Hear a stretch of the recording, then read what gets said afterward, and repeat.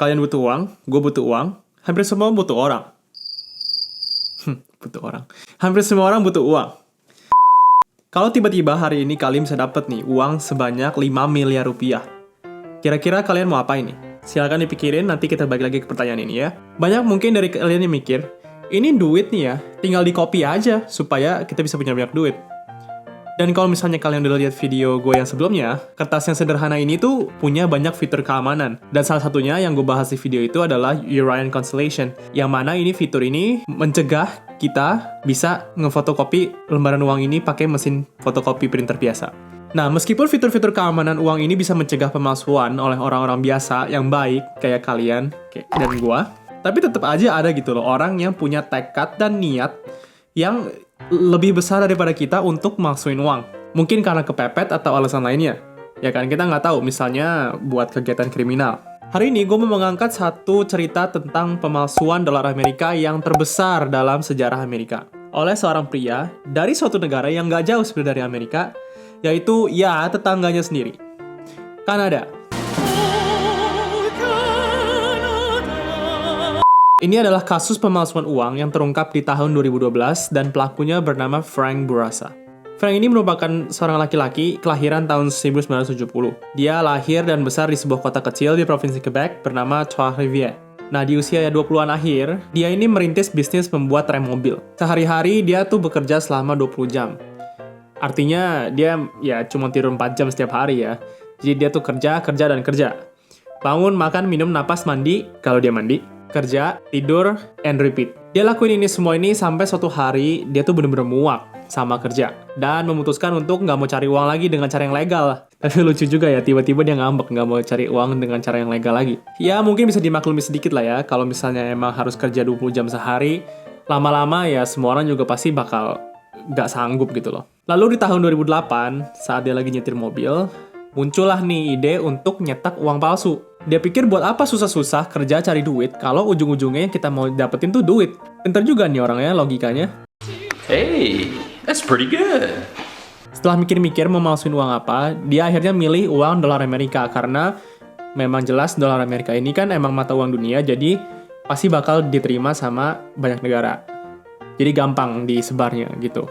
Nah, setelah dia membulatkan tekadnya untuk memulai bisnis ilegal cetak uang ini, dia menghabiskan waktu 1,5 tahun berikutnya untuk ngedalemin nih proses mencetakkan uang dari nol.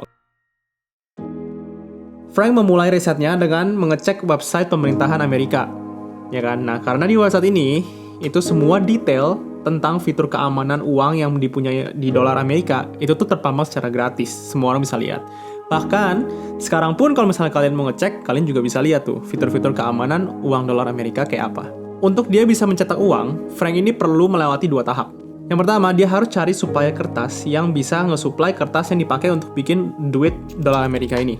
Yang kedua, dia harus beli mesin pencetak uang ini, jelaskan ya, dan program software yang diperluin. Untuk dapetin 2 hal ini, itu tuh mahal banget. Langkah pertama, dia nelpon sebuah pabrik kertas di Jerman, dengan anggapan kalau orang Eropa itu nggak bakal curiga karena mereka nggak terlalu familiar sama uang dolar Amerika. Dia bikin email dengan nama samaran supaya identitasnya ini nggak bisa kelacak dengan gampang. Cara ngakalin ya, dia tuh pura-pura jadi petinggi sebuah perusahaan investasi yang mau ngeluarin sebuah dokumen penting.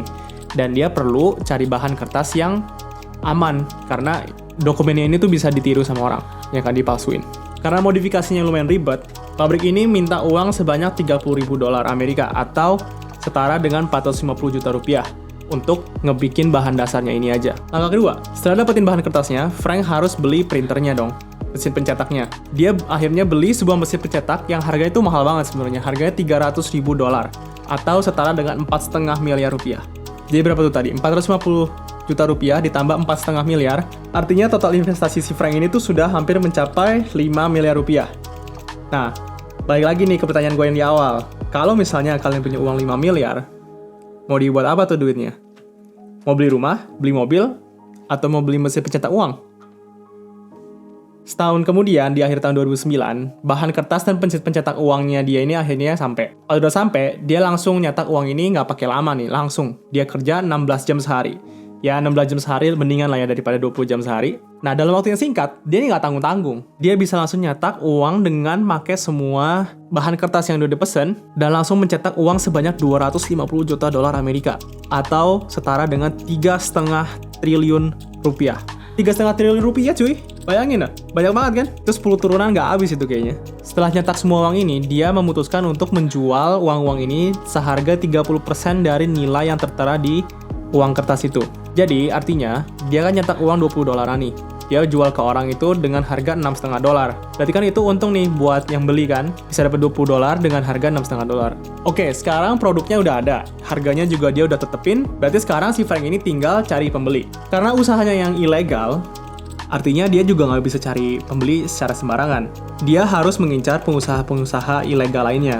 Termasuk jaringan geng-geng kriminal internasional. Nah, jaringan geng ini ada yang di Asia, di Amerika, di Eropa, dan Afrika. Nah, dalam tahun pertama, dia tuh cuman berhasil menjual nggak lebih dari 50 juta dolar. Berarti kayak cuman seperempat dari uang yang udah dia cetak kan. Nah, dia tuh perlu nyebarin uang ini secepet-cepetnya supaya nggak ada bukti yang bisa mengkriminalisasi dia dong. Suatu hari, dia ini lagi mau jual ke sebuah geng di jaringan Amerika. Nah, tapi apesnya ternyata di geng ini tuh udah diinfiltrasi sama polisi undercover. Nah, si Frank ini berurusan sama polisi yang ternyata lagi nyamar jadi salah satu anggota geng. Nah, setelah melakukan beberapa transaksi, dia nggak tahu nih kalau dia tuh lagi berhubungan sama polisi. Akhirnya suatu hari dia digerebek sama polisi di rumahnya. Nah, saat digerebek, polisinya menemukan uang sejumlah 15 miliar yang langsung disita sama polisi. Saat disidang, akhirnya dia baru ngaku kalau dia tuh masih punya uang sebanyak 200 juta dolar Amerika yang masih tersembunyi. Nah, karena Frank ini pinter, dia nggak langsung bilang ke polisi dan penegak hukum kalau duitnya itu ada di mana. Sebelum dia kasih tahu, dia tuh bikin perjanjian sama mereka. Kalau misalnya dia kasih tahu lokasi uangnya di mana, dia nggak bakal dihukum dengan lama. Nah, akhirnya karena situasi penangkapannya dia saat itu, pihak kepolisian dan kejaksaan akhirnya setuju untuk nggak menghukum si Frank ini dengan hukuman yang berat. Nah, proses persidangannya si Frank ini akhirnya selesai dan dia hanya dihukum selama 6 minggu dan didenda sebanyak 25 juta rupiah. Tapi berita baiknya, semenjak saat itu, Frank ini akhirnya tobat. Sekarang dia bekerja sebagai konsultan untuk membantu perusahaan-perusahaan besar untuk menghindari penipuan atau pemalsuan dokumen. Dia akhirnya mengubah jalan hidupnya dan menggunakan kemampuannya ini untuk membantu perusahaan-perusahaan besar ini dan berkontribusi ke masyarakat. Ujung-ujungnya dia juga balik ke usaha yang bisa menghasilkan uang secara legal. Dia juga punya website nih, kalian bisa cek websitenya juga. Jadi gimana nih ceritanya si Frank nih?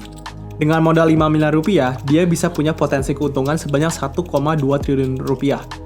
30% dari 3,5 triliun ya. Meskipun dia tobat, tapi sayangnya dia cuma dihukum selama 6 minggu. Nah, menurut kalian ini pantas nggak nih dia dibebasin kayak gitu aja? Semoga cerita ini menarik dan kalian tetap gak ada yang tertarik untuk malsuin uang. Selain modalnya yang mahal, resikonya itu kalau ketangkap kan sangat besar. Jadi nggak setimpal lah ya. Dan emang melakukan hal kriminal itu nggak bermoral. Meskipun Frank cuma dihukum selama 6 minggu karena situasi penangkapannya saat itu, tapi orang lain mungkin nggak sehoki dia. Jadi kalau misalnya kalian mikir mau malsuin uang, belum tentu kalian bisa lolos dan menghindari hukuman kayak si Frank ini. Jadi mendingan ya jangan dicoba, cari uang yang legal-legal aja. Tapi ya juga nggak perlu sampai kerja 20 jam sehari. Oke, video hari ini sampai di sini dulu. Sampai ketemu lagi di video selanjutnya. Dadah!